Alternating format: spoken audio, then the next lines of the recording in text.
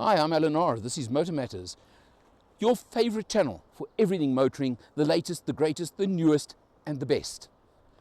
Today we've got the new Mercedes C-Class. Launched just a couple of months ago, and you can check back in the channel. You'll see I drove it at launch. I put a video up so you can see what it's all about. And let me tell you, in my opinion, this new C-Class was a massive, massive step up from the previous model. And I was impressed at launch. Been driving it for a few days. I am impressed. You can see over here the grille over here, and if you bring the camera right in, very interesting. The pattern is actually Mercedes three-pointed stars making up this grille pattern. Just a little touch that really makes a bit of a difference and stands out when you look very, very closely. This one is AMG line, so you can see the low front spoiler with the chrome trim on it. Features like that you can see standing out very, very clearly to you.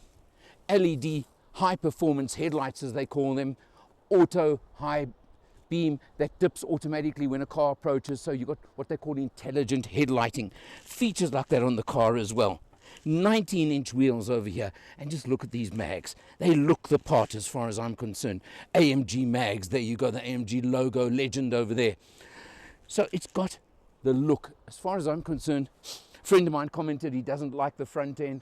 I think it looks pretty smart and very neat indeed. This particular car we've got over here, you can see, has got the large panoramic roof, which we've opened up the front section. There you go. You either like that or you don't. Something you would decide for yourself. C-Class, of course, with every passing generation, like most cars these days, just gets bigger and bigger as we go along. So let's just check out rear seat while we're about it quickly. I'll jump in over here. Guess what? The driver's seat is set for myself, as I always do. And there you go. Enough headroom. I wouldn't say massive headroom, of course, remembering that the panoramic roof does steal headroom. It's a known fact, but there is more than enough, so I won't complain. You've got aircon vents for the rear seat.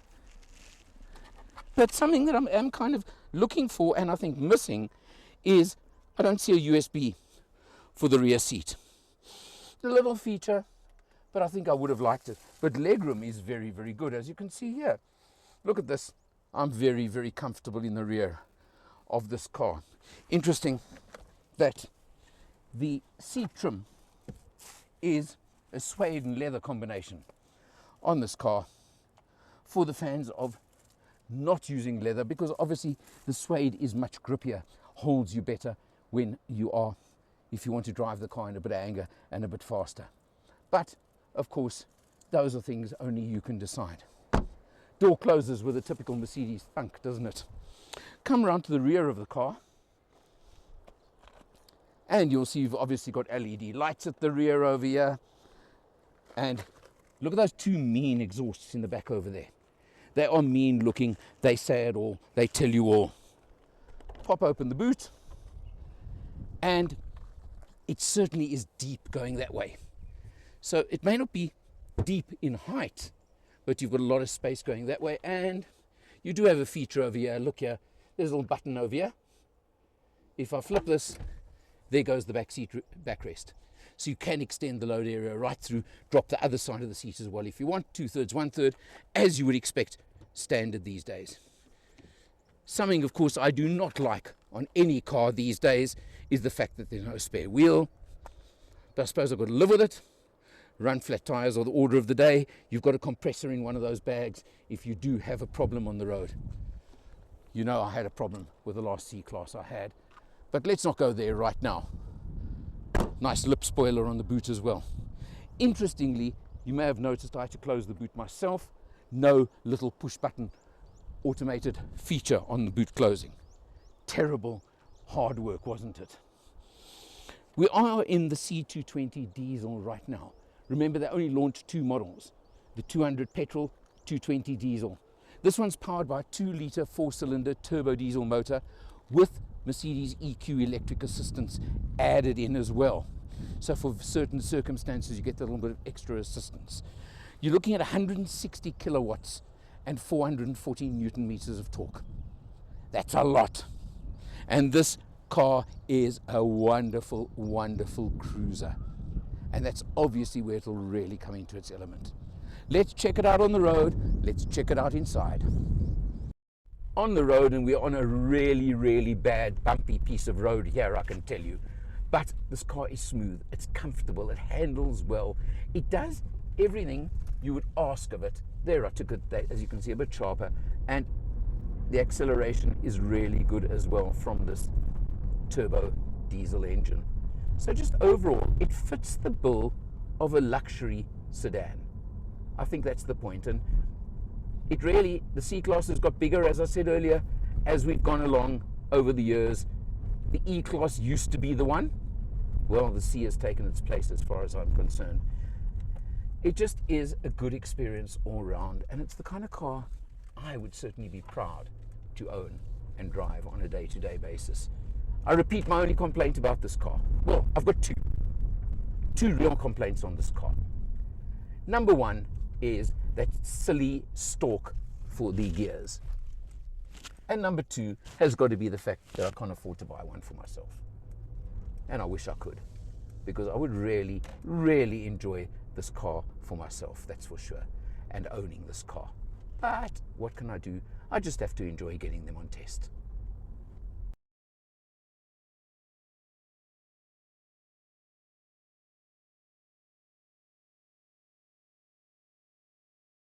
As always, from the inside, we start off behind the wheel. Done 364 kilometers on this test so far, 200 of it urban driving, and now 160 k's to get to Paris today. Look at that fuel consumption. 5.8 liters per 100 for the entire time. I can tell you we're on 7 liters per 100 when I left Joburg. So in other words, we've done this journey today on under 5. That's pretty exceptional. It really is. Of course, you can scroll through. I'm not going to show you, but you've got, of course, the Mercedes steering wheel now with the haptic switches for everything, cruise control, the different screens, the radio, the sound system, the phone, all of those, and then those haptic switches that they have nowadays. Of course, I'm trying to show you here, my ultimate picky point about every Mercedes that I still hate is this is the gear lever over here, which I still keep thinking is the indicator stalk. That's where you change gears. I still hate it. I'm sorry, Mercedes, you're never going to convince me about that one. But you do have paddles over here as well for the 9-speed automatic gearbox. Beautiful, work nicely, work really easily. You can see, of course, you've got electric seats for both driver and passenger, with memories over there for both sides as well. And you know how they work. You just push on wherever you want to adjust. Nice and easy, work well. They really are smooth. Very, very interesting treatment on the dash. You can see this sort of, I don't even know what to call it, but this effect you've got over here and round, the trim everywhere, etc. It really is interesting and looks good. Now we come to a major, major feature of this car, is this absolutely gigantic tablet screen. I don't even know what inches it is, but it's big. I can tell you that. You can see the navigation. Look at this nav over here. You've got full navigation, obviously. I press the button over there. There you go. You've got all your different functions. Phone, you can see it's linked nice and easy. Radio, you go across. You've got media, apps, comfort. It just doesn't end what you can do with this phone and with this car. It really is incredible. Info, you'll see over there. Look at that. You can see consumption from start, 5.2 liters per 100, just for example. Okay, but that is just the last few moments. So it really is amazing. Obviously, with consumption like that, you can imagine the range you've got on a tank. I've done 360 kilometers and it tells me I've still got 900 left in the tank on a 66-liter tank. It's got absolutely everything. You also obviously use your climate control through here as well. You can see how all of this works. I'm sure you know it, you understand it, and I'm not going to spend too much time.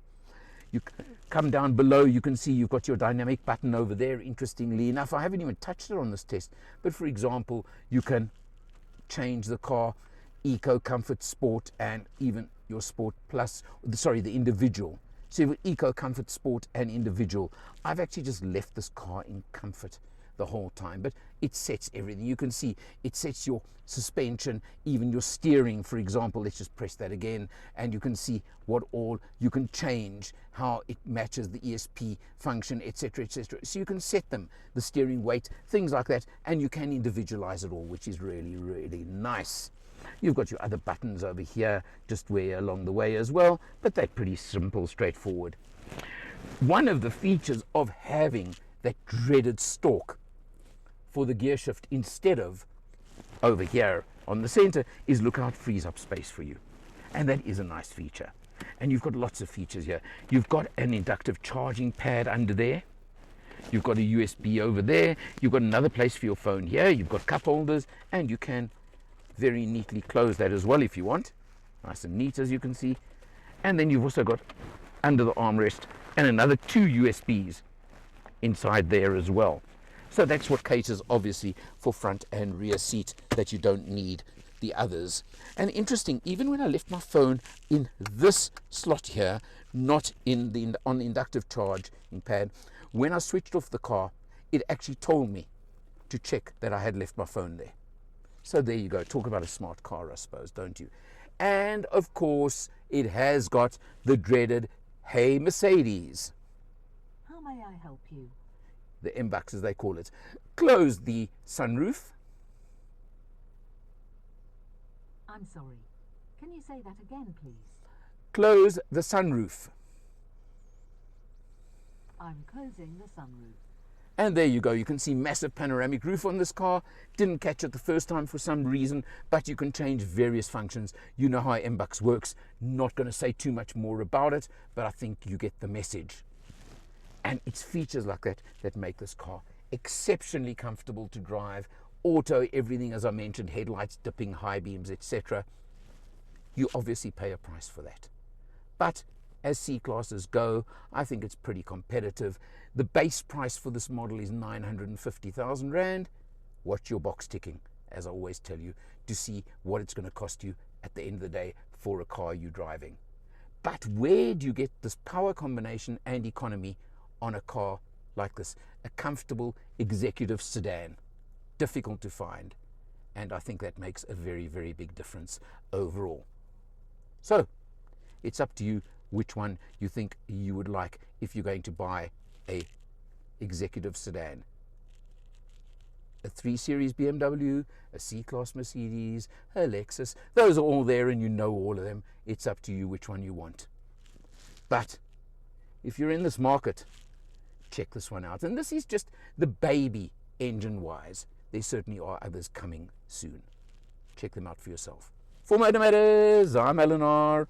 See you next time.